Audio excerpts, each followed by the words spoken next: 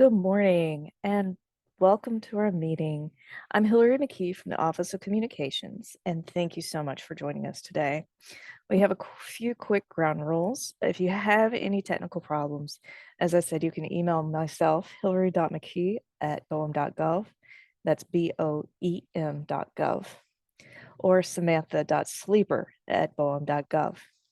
This session is being recorded and will be available on our website afterwards. Today we'll be discussing the fisheries, and we will be starting with Renee Bigner, and then we will be going through our agenda, and we will have a question and answer session at the end of the meeting. Now, these are not formal remarks. We will be going over how to make formal remarks during the presentation. Please limit yourself to one question so we can get to as many people as possible. And if you have another question, we'll allow you to raise your hand and unmute yourself and ask your question at the end of the meeting. All right, thank you. And Renee, if you want to take it away. Morning, everybody. My name is Renee Bigner. I am the program coordinator for the Gulf of Mexico Wind 2 sale. Today, we will be going over the proposed sale notice. I will be starting the presentation, and then I will be passing it on to Mariana Steen to go over the fisheries. Then it will go to Helen Rucker for NEPA, and then Sarah Kaufman will do the economics portion. So for the proposed sale notice, I will be starting with the background, the lease areas, the lease package and stipulations, and then, like I said, it will be the environmental section that will be the consultations, the NEPA analysis, and CZMA. Then we will go over the fiscal terms overview, and then the auction format and contract, and then next steps. So this is a broad overview of our leasing. Sorry. And you can see we are here and publishing our lease notices. To take a closer look at that, we are currently in our 60-day public comment period. Our proposed sale notice was published on March 21st, and the public comment period will end May 19th.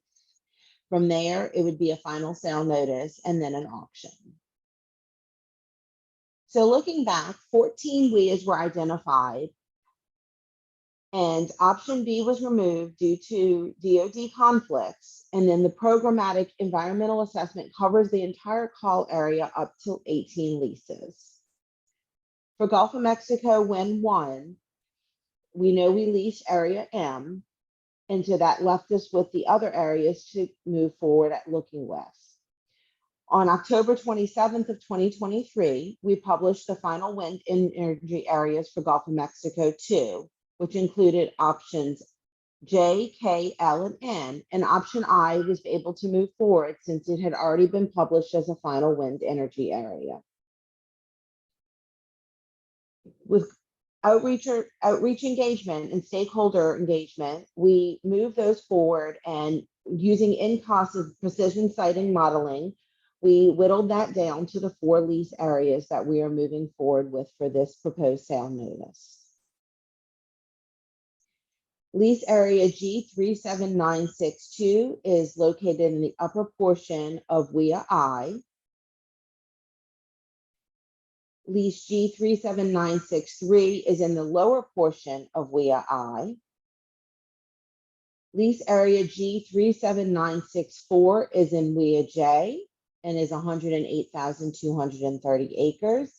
And we have lease area G37965, which is in WIA K, and is an equal distance between the Texas and the Louisiana state line or borders.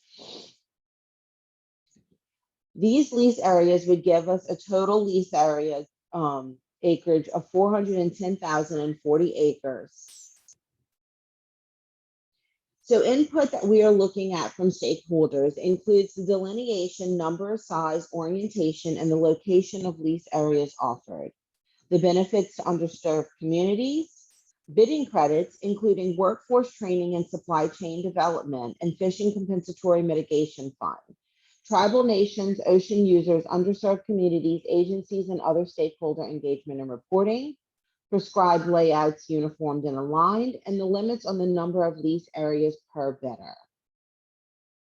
The following lease-specific terms, conditions, and stipulations are proposed to be included in Addendum C of the lease instrument, including site characterization, reporting, national security and military operations, standard operating conditions, project labor agreements encouragement, supply chain statement of goals, workforce training or domestic supply chain bidding credits, the Fisheries Compensatory Mitigation Fund bidding credit, and siting conditions. We are looking for reporting and enhanced engagement, project labor agreements, and supply chain statement of goals. We will note that minor edits were made to the lease instrument and the PSN to allow the lessees to propose hydrogen production as an energy product of offshore wind generation. I will note that the PSN comment period ends on May 19th, 2024 at 11:59 p.m. Eastern Standard Time. To make a formal comment, please go to regulations.gov and search for docket number BOEM 2024-0017. I'm going to pass this over to Mariana Steen, who will go over the environmental information. Consultations that were conducted for offshore wind in the region assess the potential effects of site assessment and site characterization activities associated with up to 18 leases over a period of 10 years within the call area. And just making a note that this was covering leases and not 18 lease sales. Site-specific consultations will also be conducted during the construction and operations plan phase and will assess the potential effects of proposed offshore wind farms. And just as we did for the first lease sale, we are conducting National Historic Preservation Act Section 106 and government-to-government consultations with tribes for the wind energy areas in support of the Gulf of Mexico 2 lease sale. Next slide, please. And because this is a fisheries engagement and outreach meeting, we thought that the attendees would be interested in seeing the amount of overlap the Gulf of Mexico Wind 2 lease areas have with fisheries occurring within their borders. This map on the screen shows the overlap of commercial reef fish vertical line fishery with the Gulf of Mexico 2 lease areas, which are outlined in yellow, and with the wind energy areas that are outlined in red. So as you can see, only grid cells with low to moderately low effort are located within the proposed lease areas. Next slide, please. And this slide shows the amount of overlap the Gulf of Mexico Wind 2 lease areas have with moderate to high commercial shrimping effort in the region. Generally, the lease areas largely avoided areas with moderate to high levels of commercial shrimping effort. And next, Helen Rucker will be talking about our NEPA analysis. Hi, good morning. My name is Helen Rucker. I'm a supervisor of the Environmental Assessment section, and today I'm going to talk about the National Environmental Policy Act, or NEPA analysis that's been done to support lease sale 2. Next slide, please. So BOEM completed a programmatic EA for the Gulf of Mexico call area, and that was prior to lease sale 1. And so now, in support of lease sale 2, we went back and prepared a determination of NEPA adequacy, where we went back and reviewed the analysis that was conducted in the EA and verified that the conclusions are still valid. And so the DNA will be filed in our administrative record for offshore wind 2 lease sale. Next slide, please. So the programmatic EA only covers the analysis for issuing leases and associated site assessment and site characterization activities. That includes meteorological or MET buoys, vessel trips, geological and biological surveys. It's important to note that the analysis does not include specific projects or their layouts, cable routes for specific projects, visual impacts or any other impacts associated with the project, or wind energy area identification. Analysis of specific projects will be covered later in the process after a lease is obtained and they have submitted a construction operation plan. At that time, additional opportunities will be available for engagement and consultation. Next slide, please.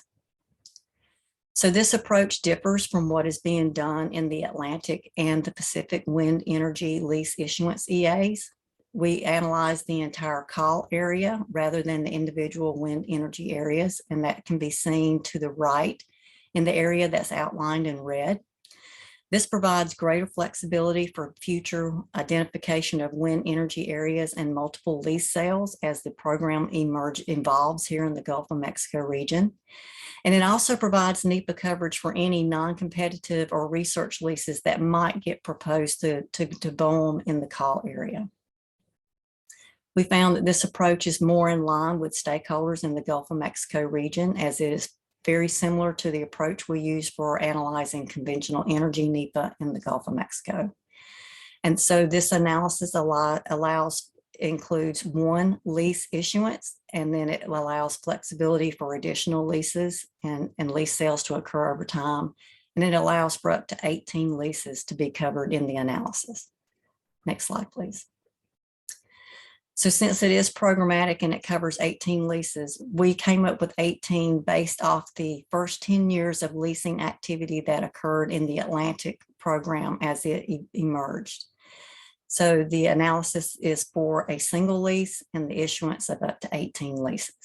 We also assumed that no more than 6 to 8 leases would be issued per lease sale. And once again, this is based on what we saw in the Atlantic region during their first 10 years. Next slide, please. So for more information on our environmental assessment and our finding of no significant impact, they are posted on BOEM's website at the links shown here on the screen. And the DNA is in the final stages of completion, and it should be available in the next month, and it will be applicable to the offshore wind to lease sale. Thank you. I'll turn it over now to Nikki Charpentier to talk about the Coastal Zone Management Act. Thank you, Helen. As Helen mentioned, my name is Nikki Charpentier, and I work for the Environmental Assessment Unit and the Gulf of Mexico region for BOEM. Next slide, please. So the Coastal Zone Management Act, or CZMA, requires federal agency activities that affect coastal uses or resources, such as the proposed Gulf of Mexico Wind 2 sale, be consistent with the enforceable policies of a state's federally approved Coastal Management Program, or CMP. BOEM prepared consistency determinations, or CDs, for the leases proposed in Gulf of Mexico Wind 2 proposed sale notice. The CD was sent to the Louisiana and Texas Coastal Management Programs on Friday, April 12th. The programmatic EA that Helen had mentioned earlier supports the evaluation that is contained within that CD. Next slide, please. The 60-day federal consistency review period under 15 CFR subpart C of CZMA, it officially began on Monday, April 15th, and is scheduled to end on June 13th. Louisiana and Texas CMPs could provide concurrence or objection to BOEM CD by the end of the 60-day review period, or BOEM could presume concurrence if a response is not provided. Louisiana and Texas CMPs also may request a 15-day extension before the end of the review period, and BOEM must grant that under subpart C. And that's it for CZMA. I'll now turn it over to Sarah. Good morning. My name is Sarah Kaufman, and I lead BOEM's Economics Division. I'll discuss the auction and bidding credits. Next slide, please. The Gulf of Mexico to lease sale will be held as an ascending clock auction, and the lease is awarded to the highest bidder. Our auction is a multiple factor auction, meaning the winning bid can be made up of a combination of monetary and non-monetary factors. The non-monetary factors are bidding credits for commitments to financial investments in specific areas, which I will cover in the slides. BOEM begins the auction at an opening price for each lease area equivalent to $50 per acre. The bid price will increase each round until no more than one active bidder remains per lease area. BOEM is using a new BOEM auction system for this lease sale. The system follows a second price rule where the winning bidder will pay the highest bid amount at which there was competition. Next slide. Before we discuss the details of the bidding credits, I wanted to highlight a methodological change that was made between Gulf of Mexico Wind 1 and 2. In Gulf Wind 1, bidding credits were calculated as a percentage of the cash bid. But for this lease sale, we are switching to a more intuitive calculation where bidding credits are calculated as a percentage of the winning bid. You will notice that the percentages associated with the bidding credits have changed as a result of this methodological change.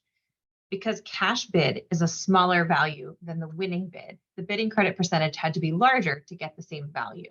You're taking a higher percentage of a smaller number. Now, for Gulf Wind 2, the percentages are slightly lower because their percentages on the full value of the winning bid. But in both cases, bidding credits are under BOEM's bidding credit cap of 25% of a winning bid.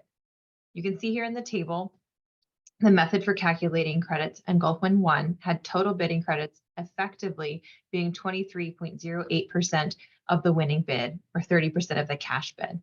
For Gulf Wind 2, bidding credits totaled 25% of the winning bid. Next slide. Now, to get into the details of the bidding credits, BOEM has proposed 2 bidding credits for this lease sale. Bidders may receive the bidding credit in exchange for their commitment to a monetary contribution to offshore wind programs or initiatives. Bidding credits are designed to advance BOEM's mandates under the Outer Continental Shelf Lands Act.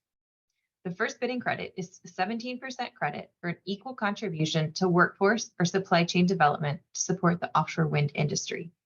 The second is an 8% bidding credit for an equal commitment for a contribution to a fisheries compensatory mitigation fund. Next slide. The workforce training and supply chain development bidding credit is awarded with the commitment that the lessee will invest the amount of their credit in programs that will advance U.S. offshore wind energy training and/or supply chain development.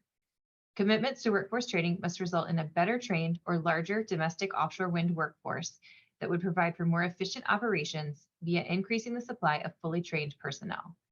Trained employees must be able to be hired by any lessee.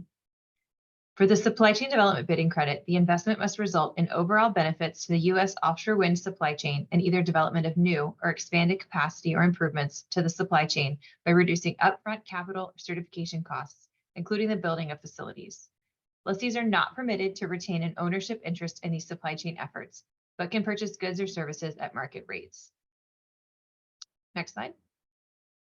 The second bidding credit is an 8% credit for a commitment to either start or contribute to an existing compensatory mitigation fund for commercial and for-hire fisheries. This bidding credit recognizes the Outer Continental Shelf Lands Act's requirement to consider other uses of the sea, including fisheries. At a minimum, compensation must address gear loss or damage and lost fishing income resulting from the Gulf of Mexico wind lease areas. If the fund is determined to have excess funds, funds can be used for engagement and select gear upgrades. The bidding credit and fund are designed to provide certainty to the fisheries stakeholders that a perpetual fund will be available to mitigate impacts. With the bidding credit, lessees also commit to covering any damages associated with activities on the lease before construction begins and establishment of the fund. Next slide. So bidders will indicate their interest in bidding credits after the final sale notice when they submit their bidder financial form. BOEM convenes an auction panel to review conceptual strategies and determine whether to award the bidding credit in advance of the auction. Next slide. This slide provides an example of the bidding credit. As a reminder, the bidding credit is calculated as a percentage of the winning bid. The cash bid plus the bidding credit amount sum to make the winning bid. If the winning bid and the lease area is 10 million and the lessee received both bidding credits for a total 25% bidding credit, the lessee would pay $7.5 million to honor, commit to spending $1.7 million on workforce training and supply chain development, and $800,000 to the fisheries compensatory mitigation fund. Thank you. Thank you, everyone. Now we will start our Q&A session. To ask your questions, please raise your hand and you will be called in the order in which your hand was raised. Does anybody have any questions? Scott Hickman. Good morning, everybody. Exciting times that we're getting another sale. Could y'all go a little more into the hydrogen aspect of this, which is pretty new to us and pretty recent, on the ability to be able to produce hydrogen at these structures, and we just don't know enough about it. Just somebody's got a quick overview, please. Hey, this is Mike. I can try. And well, Sarah weighed in first, so she can go if she wants. No, go ahead, Mike. Yeah, so hydrogen, the changes for this auction are really clarifications in the lease document. BOEM has always had authority for green hydrogen. But we wanted to clarify that to make that clear. I think the important thing, and I think a continued dialogue is important here. What we're talking about right now is we did an EA. The EA is on an auction and site assessment activities. We still need to assess the environmental impacts of if hydrogen was being proposed to be produced as a project. Currently, my belief is that it's more cost effective to run electricity to shore and produce hydrogen onshore. But the Gulf of Mexico kind of is a unique environment. There's a lot of industrialization along the coast. And there's been some discussion that there's a market for green hydrogen moving forward. So we wanted to be clear that that was an option.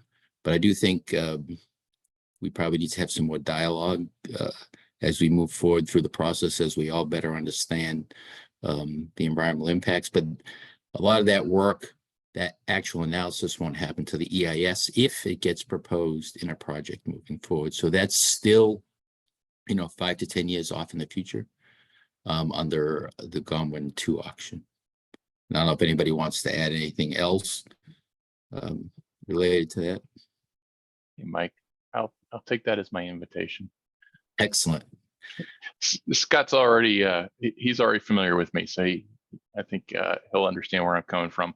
And I think I understand the root of his question is, what are the environmental impacts? And the answer to that, based on what Mike was just explaining, is we don't know, because we don't know what would be proposed.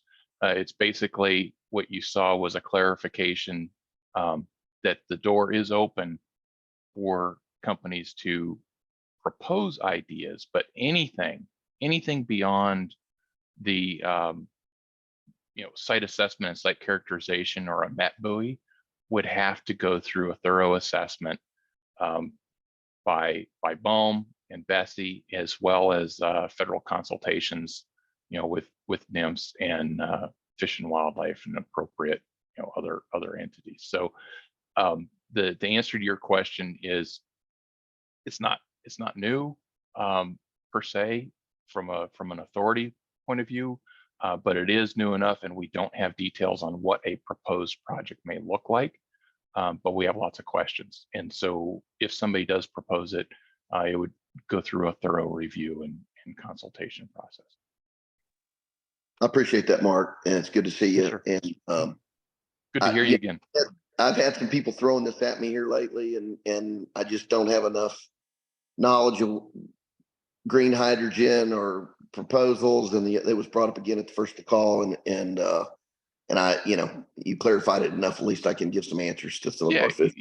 You'll hear some of the questions that we raise, and this is just examples, right? This is because we don't have the details, but we're asking questions ourselves about, okay, well, what do the discharges look like? What does the intake look like? What are there temperature implications? And until we see the technology and a proposal, we don't have those answers. But we do take this all very seriously, and we will look at it in detail.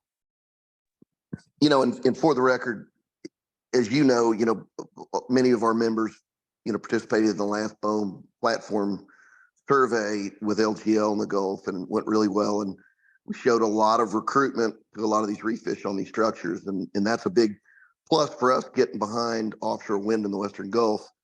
And, any type of activity that would actually lessen the production or recruitment of these fish on these structures would make us unhappy, of course, because we see the value in these structures in the water, getting back in the water, since a lot of the oil and gas structures have been removed.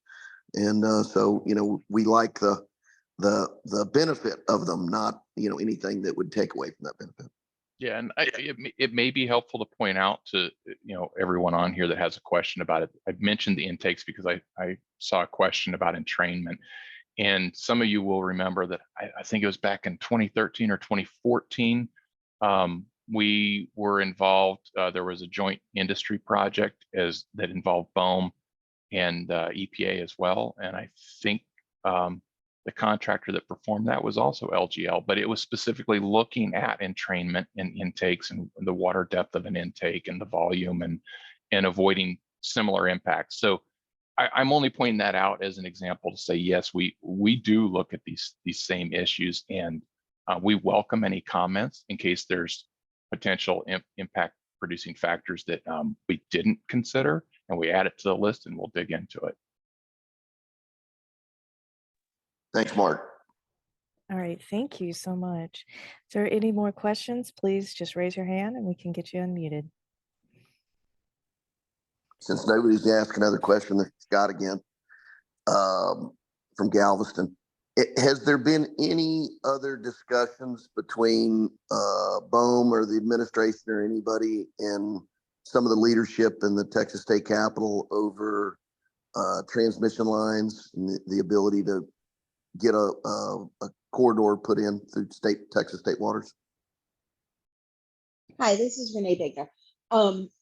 Think we are currently looking at transmission planning for the future, but nothing has been specifically spoken with Texas. Bridget, did you want to come in and clarify? Yeah, and I could just say that we have actively reached out to the state of Texas, and we are doing engagement with them on, so we are attempting to get that process started for transmission studies. All right, we have another question, and this one came in through our chat. The recording will be available. This recording will be available on our website under the renewable energy page, the Gulf of Mexico.